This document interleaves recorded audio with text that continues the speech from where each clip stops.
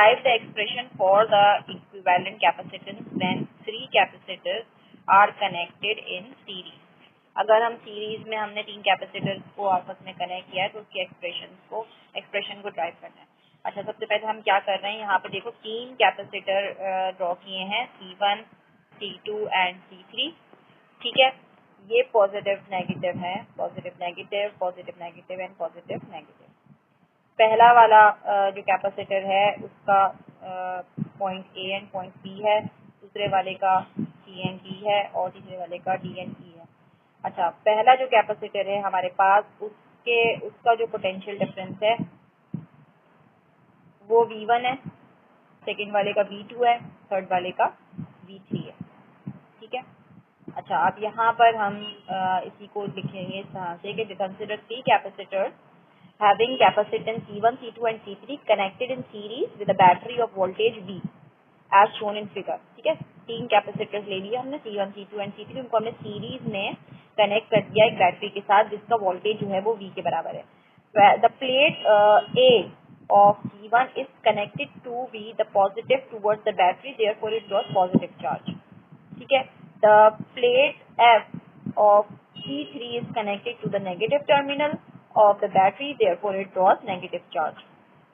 Plates B, C, D and E do not draw any charge from the battery, they get charge due to electrostatic induction। ठीक है, अब देखो यहाँ पर जैसे कि मैंने ये ड्रॉ किया था, ठीक है, positive negative, positive negative and positive negative. C1 का जो A पॉइंट था ना ये पॉजिटिव था, इस तरह C3 का जो ये F पॉइंट था ना ये नेगेटिव था। तो ये पॉजिटिव बैटरी ये चार्ज जो है A पॉइंट जो है वो C1 का वो पॉजिटिव साइड से अटैच है, इसी तरह से C3 का जो F साइड है ना ये हमारे पास नेगेटिव से अटैच है। तो जो पॉजिटिव के साथ प्लेट अटैच, जो प्लेट पॉजिटिव वाली पॉजिटिव चार्ज के साथ बैटरी के साइड से अटैच है वो पॉजिटिव चार्ज ड्रॉ करेगी। ठीक है, और इसी तरह नेगेटिव वाली जो है वो नेगेटिव चार्ज को ड्रॉ करेगी। इसी तरह से बीच की जो हमारे पास बची है ना B, C, D और E, ये कोई भी चार्ज ड्रॉ नहीं करेंगी, जबकि ये चार्ज जो है वो इंड्यूस करेंगी बाकी की प्लेट से। In this way each plate acquires a charge Q। अब जब वो इंड्यूस करेंगी तो क्या होगा, बाकी सारी प्लेट्स में भी चार्ज जब अप्लाई हो जाएगा तो वो चार्ज जो है वो Q के बराबर ले रहे हैं हम। अब क्या हो, पोटेंशियल डिफरेंस जो कैपेसिटर 1 का होगा अक्रॉस द कैपेसिटर 1 होगा वो V1 होगा, जो के बराबर हो जाएगा, जो हमारे पास जो पोटेंशियल डिफरेंस का फॉर्मूला है चार्ज अपॉन कैपेसिटेंस, तो V1 is equal to Q divide by C1 हो जाएगा। चार्ज क्योंकि सेम है इसलिए Q रहेगा, ये इसमें कोई 1, 2, 3 नहीं होगा। ठीक है, थ्रू आउट द पूरा सिस्टम में हमारे पास सेम चार्ज है। इसी तरह से पोटेंशियल डिफरेंस V2 जो है वो कैपेसिटर सेकंड वाले कैपेसिटर के लिए होगा और उसका formula V2 is equal to Q upon C2 हो जाएगा। इसी तरह थर्ड वाला जो है वो V3 is equal to Q upon C3 हो जाएगा।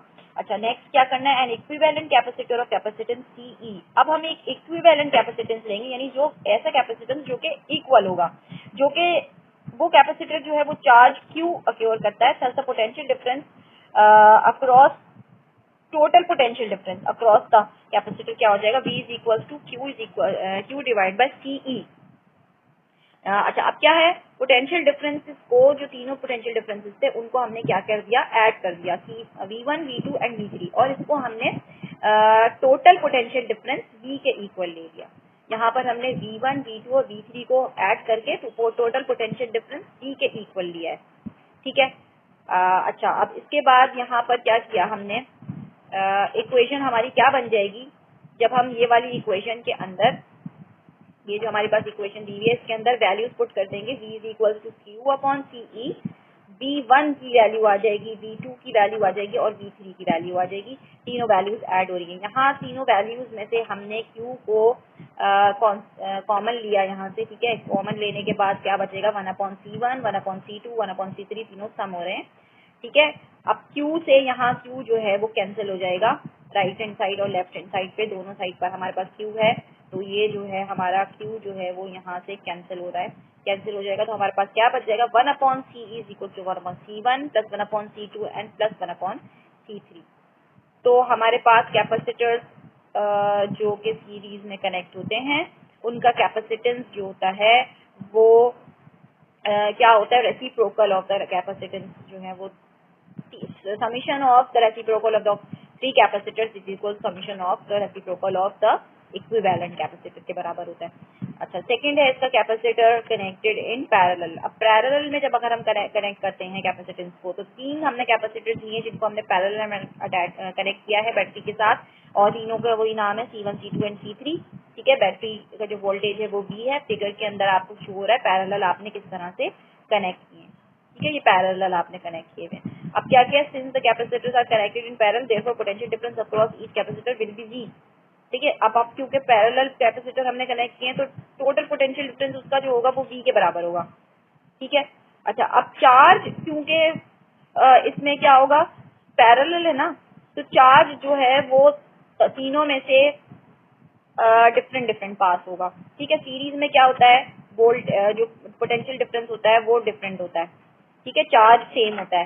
पैरेलल में क्या होता है, चार्ज डिफरेंट होता है और potential difference through out the battery से जो पूरे हमारे सिस्टम में होता है वो पूरा सेम होता है। तो यहाँ पर क्या हो जाएगा, Q1 इक्वल हो जाएगा आपका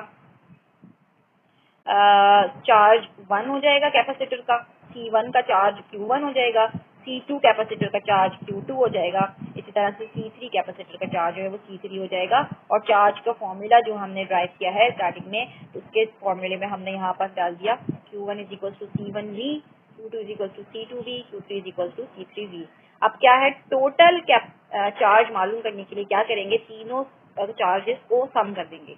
if the 3 capacitors are placed by an equivalent capacitor of capacitance CE, then total charge क्या हो जाएगा, Q is equals to Q1 plus Q2 plus Q3 will flow the battery through the capacitor। अब total charge के लिए क्या कर रहे हैं हम, टोटल चार्ज के लिए ले रहे हैं Q is equals to CEV, equivalent वाला कैपेसिटेंस लेंगे यहाँ पे। अब Q की जो वैल्यू है, Q1 की वैल्यू, Q2 की और Q3 की वैल्यू को हमने यहाँ पे पुट कर दिया इस इक्वेशन में। तो Q की वैल्यू CEV थी, यहाँ पुट हो गई Q1 की, Q2 की और Q3 की, तीनों की वैल्यू हमने यहाँ पे पुट कर दी। तीनों की वैल्यूज में से G हमारे पास कांस्टेंट था, B कांस्टेंट लेने के बाद दोनों साइड से V हमारे पास कैंसिल हो गया। ठीक है, यहाँ पर V कैंसिल होने के बाद यहाँ से V जो है वो कैंसिल हो गया, तो हमारे पास इक्विवेलेंट कैपेसिटर बराबर आ गया sum of the capacitance of C1, 2 and 3। ये पैरेलल अगर हमारे पास कैपेसिटेंस अटैच होते हैं किसी भी बैटरी से, तो उसमें इक्विवेलेंट कैपेसिटर बराबर होता है तीनों कैपेसिटर के सम के बराबर होता है, और जबकि सीरीज में क्या था, उनके रेसिप्रोकल के बराबर होता है।